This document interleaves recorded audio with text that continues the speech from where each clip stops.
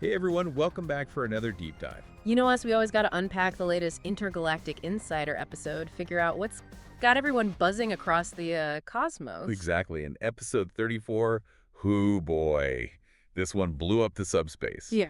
Trending everywhere. I mean, yeah, you've got your classic Intergalactic Insider stuff, Felix getting schooled in, like Grobnar chess. Always a good time, but you're right, this one hit different. It's that cosmic conundrum they threw out, the one about the AI companions. Right, like in a universe where you can literally build the perfect partner, do we even need, actual relationships?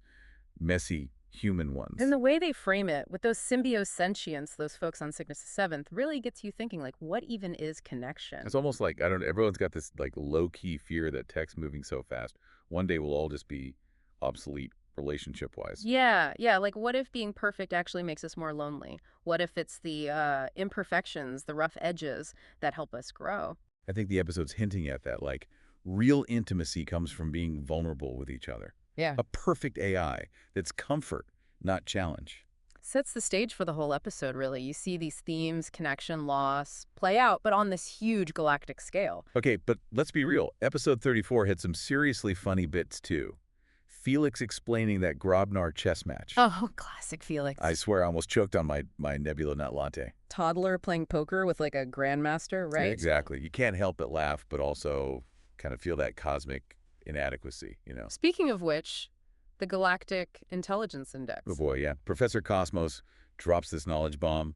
Grobnars calculating warp trajectories in their sleep. Yeah. Wisps communicating through interpretive dance. Like, what even is that? And then, bam, humans. Further research required. The whole galaxy went silent waiting for our score. And instead, they just shrug. More unnerving than being ranked last. Right. Like, are we so weird even the Galactic Federation's best tech can't figure us out?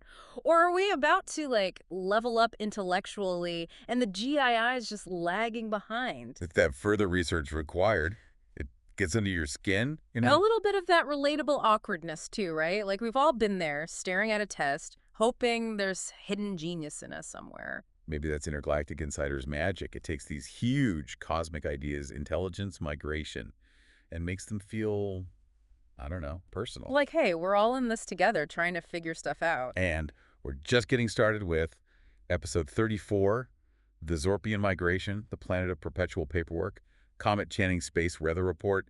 It was bonkers. Yeah, we've got a lot more to unpack. Buckle up, folks. So, from existential dread straight into heartbreak, episode 34 did not hold back with the Zorpian migration. I know, right? Like having to ditch your whole planet because your sun's going supernova. Talk about a rough week. And it's like so out there, but also kind of hits close to home. I mean, we're dealing with climate change. They've got a whole exploding sun situation. Makes you think about home, Yeah. What happens when home becomes, well, uninhabitable? Episode 34 really digs into the science, too.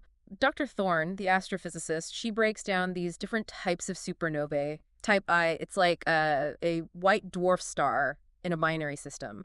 It basically steals matter from its neighbor until, boom. The cosmic parasite, kind of. Exactly. And the energy release, it's just, I don't even have the words, like our sun's entire lifespan worth of energy all at once. Yeah, I'd be packing my bags, too.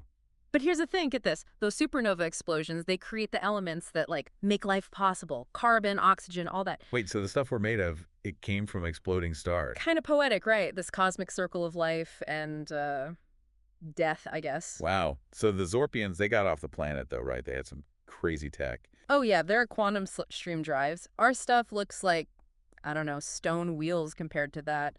They're folding space-time, taking shortcuts across the galaxy. But even with that, they still hit a bureaucratic wall. Really? You know it. It's the universal parking permit. Gotta have it if you're moving to a new star system. I mean, come on, fleeing a supernova, you'd think that'd get you a pass. Nope. Gotta love the Galactic Federation. Rules are rules, even when your sun's exploding. It's what Intergalactic Insider does so well, right? Finds the humor and the cosmic frustration. We've all been stuck in red tape. But imagine it on a galactic scale. Exactly. Makes you wonder about those systems, those rules. Are they helping or are they just like a roadblock when you really need flexibility? Especially when time's running out, like Right. for the Zorpians. Yeah. But even with everything, the supernova, the bureaucracy, they show this incredible resilience. Right. That message from Lyra, the refugee, it's heartbreaking, but also so powerful. Talking about leaving behind everything, but still having this hope. It's like even when facing the worst, there's this, I don't know, this drive to survive, to rebuild. It's almost like they're showing us what we're capable of. That even when it seems hopeless, we can adapt, we can find a way. Makes you think maybe a perfect AI wouldn't get that, wouldn't understand that kind of struggle. Which leads us to, well, another kind of struggle. Remember the planet of perpetual paperwork? Oh yeah, the Yeah. place that makes Earth's bureaucracy look like, I don't know, a game. All right, so the planet of perpetual paperwork, we left off with a planet made of red tape, right? Oh yeah, the motherlode of bureaucracy. Makes you wonder if those Zorpians would rather face the supernova. But remember, this is Norma Nomicron, our intergalactic bureaucracy navigator. Embracing the red tape. I think I saw that at the spaceport bookstore bestseller, right? She's basically a guru for surviving that place. Not just surviving, like thriving. I'm still trying to wrap my head around that. Centuries-long wait times for a form. Yeah. How do you thrive in that? It's all about perspective, apparently. She wants you to see those forms, the regulations, as, get this, Art. Seriously. yeah, like the elegance of a perfectly filled out form, finding beauty in the mundane. I guess if you're stuck there for, eons, you gotta find something. Still not sure I'm buying it. Fair enough.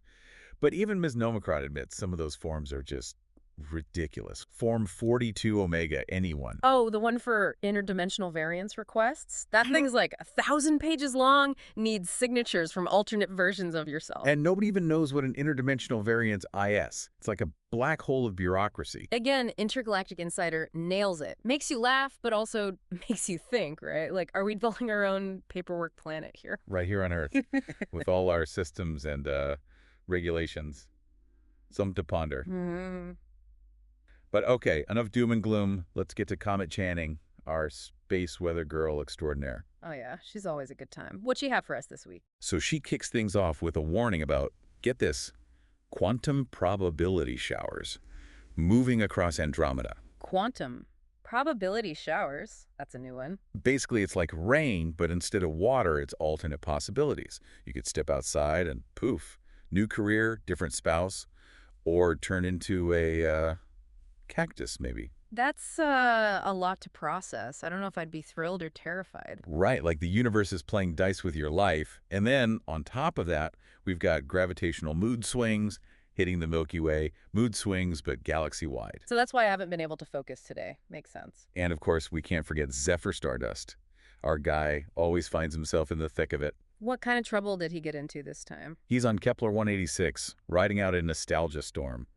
Imagine all your memories coming to life, but like they can interact with you. Sounds more like a nightmare than a storm. And it gets even weirder when those quantum showers hit the nostalgia storm.